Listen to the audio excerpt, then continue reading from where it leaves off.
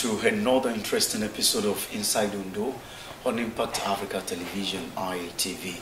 It's no longer news that election will be coming up in Ondo State come October 10th, 2020.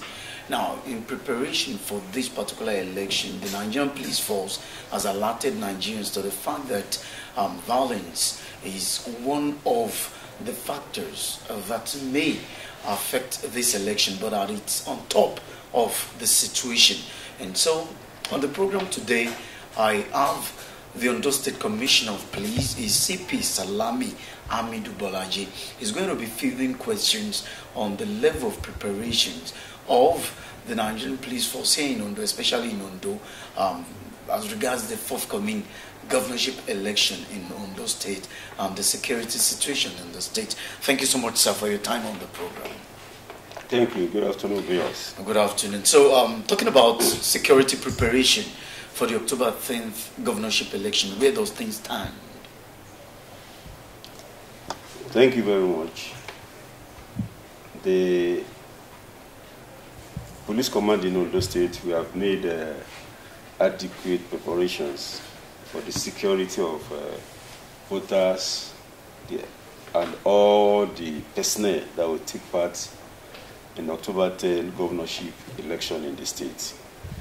We will cover all polling booths with our men and other security personnel from other agencies. And we will make sure that the voters are secured, the INEC personnel are well secured, and we will do everything to make sure that security is total before, during, and after the election. It was said that 16,000 police officers will be deployed for this election, and a lot of people have been asking, are we going to fight war or prosecute a war in Ondo State? So what's your take about this number, 16,000 for a governorship election in a state? Is that on a high side, or perhaps you're still just going to manage what you have? Thank you. We are getting personnel to assist us from the neighboring commands. As of today, for the election we are talking of, we are likely to have about 3,500 polling booths. And we want to make it as a kind of duty to have at least 4 personnel in each polling booth. So if you talk of almost 3,500 or 4,000 polling booths, so if you multiply by 4, you may be getting very closer to 16,000. So it's just to make sure that security is adequate at every police station, and not that they will be there to prevent the voting or to disturb any system that will take place there. But we want to make sure that we will have 4 policemen at every polling booth. Okay, in case you have one of your officers who wants to go beyond brief, how will the people understand that, okay, this police officer is actually going beyond his band? What are the roles that your men will be playing at each of these polling booths? Aside those that will be at polling booths, we have senior officers that will be going around throughout the day to monitor, to inspect people, policemen that are on the ground, and they will make sure that they do the needful, they do what is expected of them at the polling booth, not interfering with anything there. So there will be total inspection of all men posted for the assignment. Now, in Ekiti State, the issue of vote buying became a big issue, and a lot of people look up to the Nigerian Police Force to perhaps help checkmate this particular menace. Will there be, a lookout for those who may want to sell or buy votes on October 10th in Ondo State? We will try as much as possible to guide against it.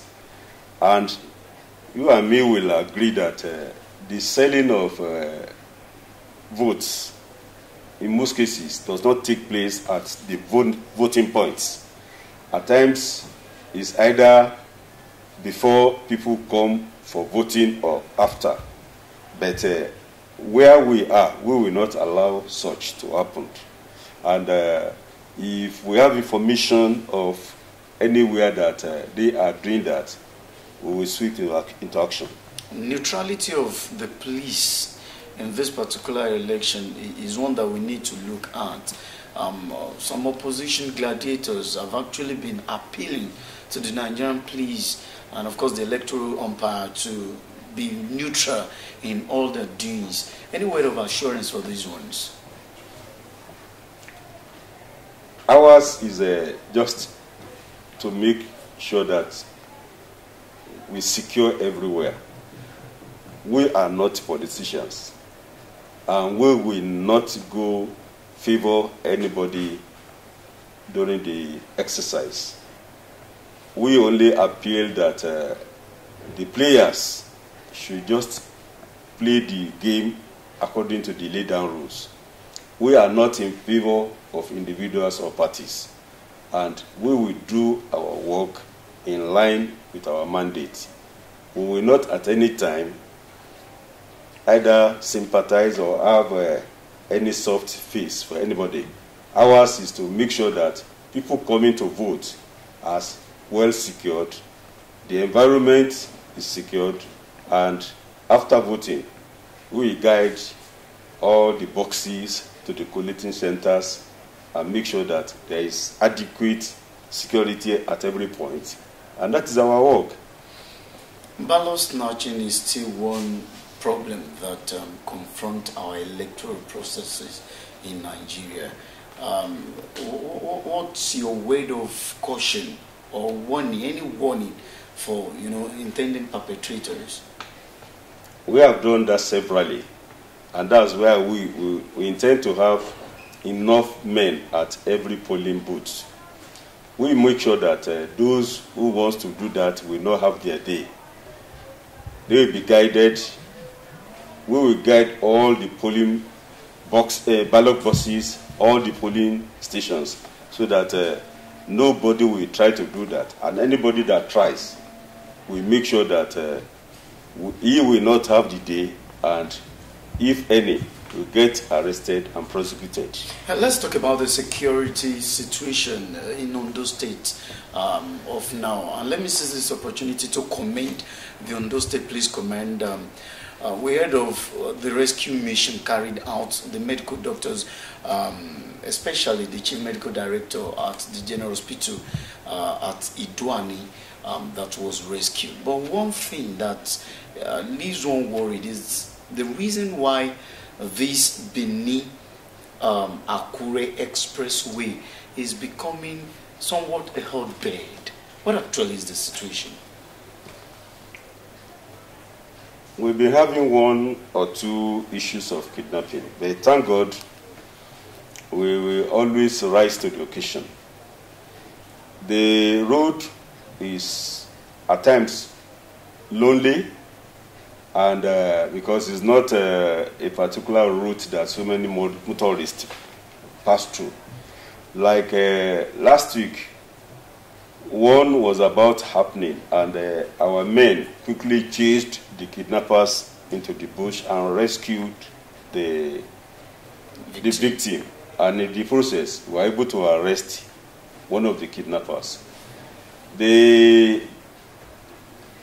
of the doctor, we tried as much as possible to make sure that the policemen, the military, and other security personnel were entered into the bush to look for the kidnappers. We were able to arrest about 6 of them from the Iduani axis, which they are still going through the interrogation. So we are trying all possible best to make sure that we comb the forest and make sure that all those people that have come to that area for kidnapping and other crimes will be flushed out, and anyone arrested we make him to face the law. So what's your advice, for the people? Is there a particular lifestyle that attracts this, act of kidnapping or that attract kidnappers? What's your advice? How do you think the people can go about safeguarding themselves even without the police? We can find in one or two cases that, because there was one that happened, though we were able to rescue the victim. But we told him, because he was driving alone in the middle of the night by 2 a.m. on that road. He got to a police checkpoint. He was warned that he can rest somewhere. So he deceived himself and the policemen, as if he wanted to take something to eat. He entered a particular place, then came out and entered the road. 30 minutes later, we got information that he was kidnapped. So we quickly rushed there, but the kidnappers, they already left. We recovered the vehicle to the station, to Isua, and the Isua station. We recovered the vehicle there. So, but the second day, we really asked our men to go after the search, and we finally got the man out. And we told him that you were warned, that how can you be saying you are moving to Onitsha by, because I think he was moving from, he left Ilorin to Onitsha. So that, how can you be moving by 2 a.m., 2:30? So we advise our people that they should safeguard themselves when they want to pass through some places, not only that place, in as much that there is no restriction on movement, but within ourselves, we should know the time that is safe and good for us to travel, especially on lonely roads like that. So that's your advice for the people, not to move at night. At times we get to hear of, lifestyle of the people. Is there any connection between these acts of kidnapping, what attracts kidnappers, and the kind of lifestyle an individual adopts? Not really, because we discovered that the kidnappers, they will have done that before they know the type of person that they kidnapped. They kidnapped at will? They kidnapped at will, thinking that by the time they call, the sympathizers, the family members, will rally round. So, because we saw that in the kidnapping of the doctors, that by the time we arrested some of the other kidnappers, I said we arrested 6. The kidnappers holding the doctor called the wife, and they told the wife that, so you have sent policemen to be arresting our men. So, and they now say that they will not take ransom. They now started negotiating on a fresh ransom. But thank God, when the kidnappers saw the heat on them, they left the doctors and ran away. So, and we are still looking for them, and we'll be able to get them. We are, like I say, interrogating those under our net, and we will fish out those who did it. The perpetrators, I must commend the Ondo State Police Command for this particular feat. And now, at times, driving down to Akure and even perhaps going to Benin, you see checkpoints. There is this allegation that on this road, some of your men harass motorists, and of course this act of bribe taking is one issue that Nigerians still complain about. What's your word for Nigerians who would want to believe that this is an endemic thing with the Nigerian police force? The act of corruption or bribery, by law, both the giver and the taker they are culpable. But we try as much as possible to tell the public that even if they demand, don't give, and get the nearest police station or the nearest officer and report. So it's not this easy. You want to challenge a man that bears gun? But we must stand up. We must stand up and make sure that we stop this. Because if we are entertaining fear, if we are entertaining that I don't want to waste my time. So, because that is only way we can stop that kind of ill in our society. All of us must stand up to be ready to fight it, to stand still, and we get ourselves released. Any internal mechanism to check this? Find out. Nigeria Police Force is an organization that does not in any way maybe just forgive you when you are caught. The Nigeria Police Force, we have dismissed, punished those caught. We are the foremost organization that when it comes to discipline the members, we do it day and night. So if you are reported, they know. So we are doing, the internal mechanism is there to curtail all these excesses. But the public too will assist us by reporting on time, and let us have one or two evidences, and the man is gone. So we do that regularly, day in, day out in the police, and we believe that one day we will get there. Let's talk about the ongoing recruitment. Yes. Coming here, saw some young men and women on whites and white shorts, and one needed not to be told that these are people that are about to be recruited into the Nigerian Police Force. But I share this experience with you. One of your men, an experienced man, they say, oh, you're a journalist. It's a good one. I had wanted to be a journalist, but I didn't succeed. I am putting on this khaki because there is no employment. So I've been thinking about it, since that time, that are we recruiting people, into the Nigerian Police Force because they could not succeed in their, primary assignment or their choice profession? And when you recruit this kind of people, what becomes of the force itself and the security of the people? The recruitment it has been ongoing for a year, and for years, and like the federal government gave approval for the recruitment. We did one last year, recruitment of about 10,000 policemen. Another one is ongoing, and it will be continuous exercise. But we see, I have met, like you said, I have met some of these boys and girls that they have passion for police work, and they want to come and serve their fatherland. So, and the screening is going on. As we have those whom you are seeing that they are coming in because there is no gainful employment anywhere, we still have some that they are coming in because they love to be in the police, and they have every reason that they want to serve the country, and they will do it better.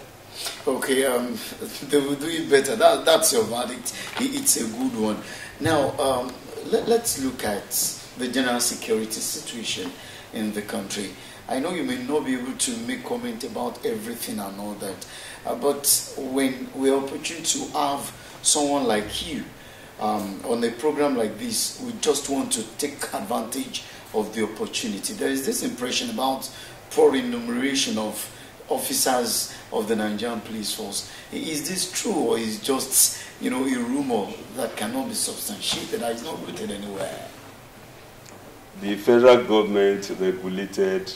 We have the standard salary for every public service, public officers. So I will not go into that.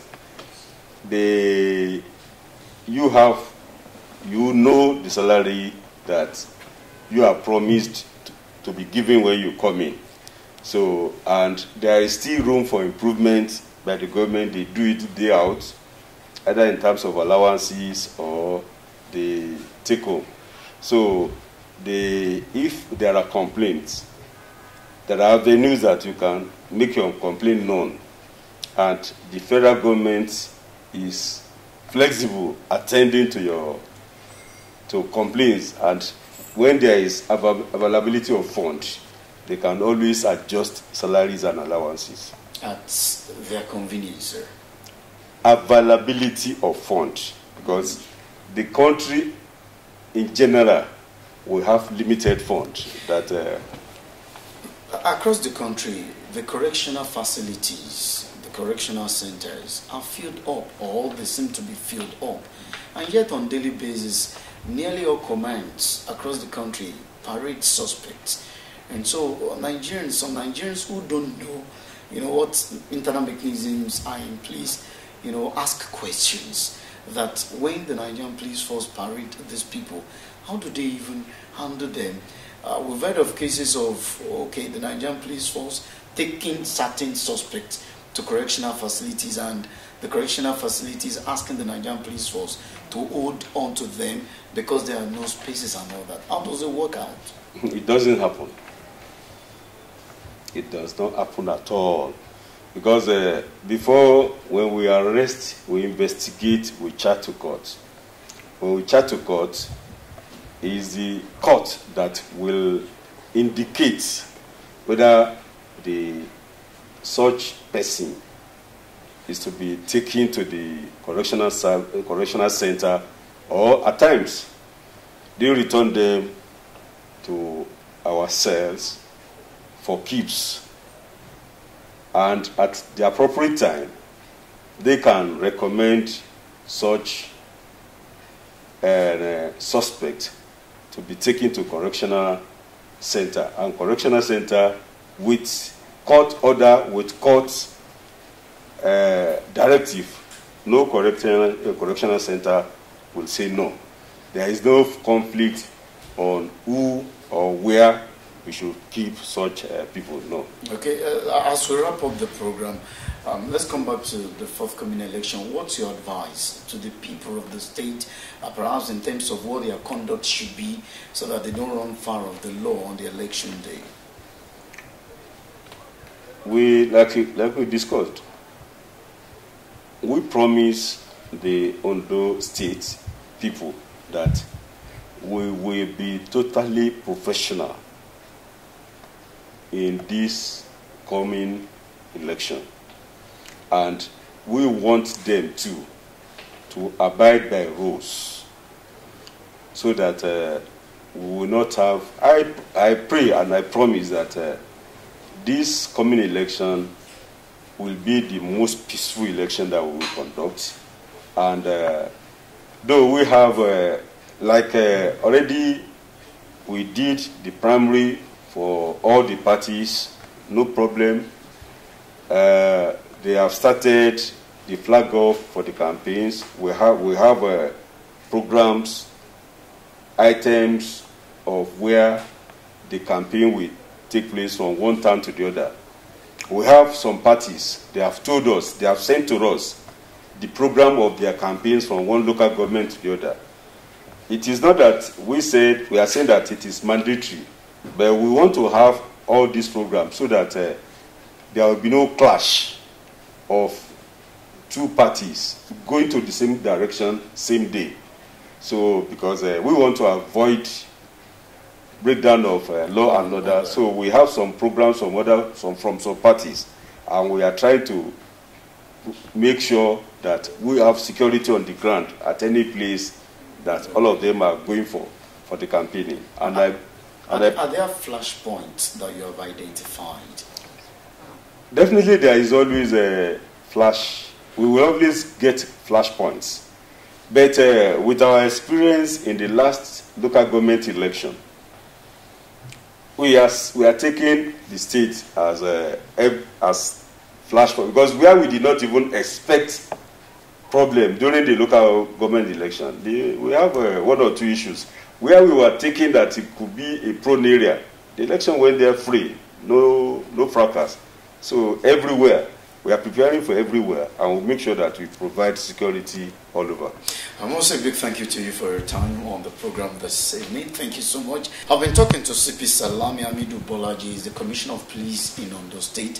Thank you so much once again for your time. Thank you. How far we can go on the program today. Thank you so much, everyone. Join us next time, same station, same time, for another interesting episode of Inside Ondo. Till then, I am Arnold Wapo or Moridi. Bye for now.